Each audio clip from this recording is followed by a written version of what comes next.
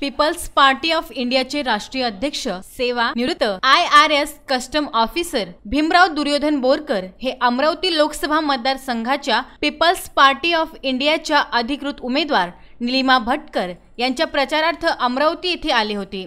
त्यांनी लालखेडी, Navsari, Asiad colony, Harshraj colony येथे corner सभा घेऊन बहुजन समाजाला संविधानाचे हक्क मिळावे व बहुजन समाजाला संविधानाने जे अधिकार दिले त्या अधिकारांचा फायदा घ्यावा व संविधानाला अभिप्रेत व बहुजन समाजाला नवी दिशा देणारा उमेदवार निवडून द्यावा असे आवाहन पीपल्स पार्टी ऑफ इंडियाचे राष्ट्रीय अध्यक्ष भीमराव बोरकर यांनी केले। ह्या देशामध्ये जवळजवळ 50% महिला आहेत। 50% महिला असून सुद्धा भारतीय जनता पक्ष आणि काँग्रेस हे दोन्ही पक्ष फक्त 33% रिझर्वेशनची गोष्ट करत असतात महिलांच्या संबंधाने। जर ह्या देशामध्ये 50% महिला आहेत तर आमच्या पक्षाला असं वाटते की जीवनाच्या प्रत्येक क्षेत्रामध्ये महिलांना 50% रिझर्वेशन मिळायला पाहिजे।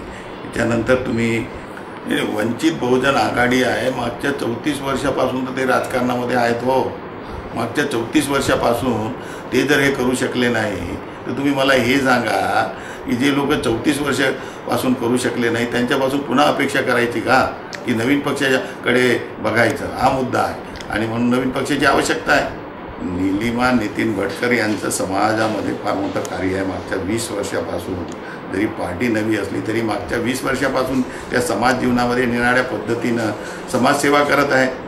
आणि मग एखादी व्यक्ती मागच्या 20 वर्षापासून जर समाजसेवा करीत आहे आणि भारताच्या संविधानाच्या चौकटीमध्ये काम करण्याची जी ग्वाही देत आहे ती इतरांनी मागच्या 70 वर्षात केलं नाही, तर म्हणून त्यांना ह्या अमरावती मतदारसंघातून निवडून दिलं तर मला असं वाटते की ते तुमचं काम मोठ्या हिरीनं करतील समाजाचं। Bureau report VCN news Amravati.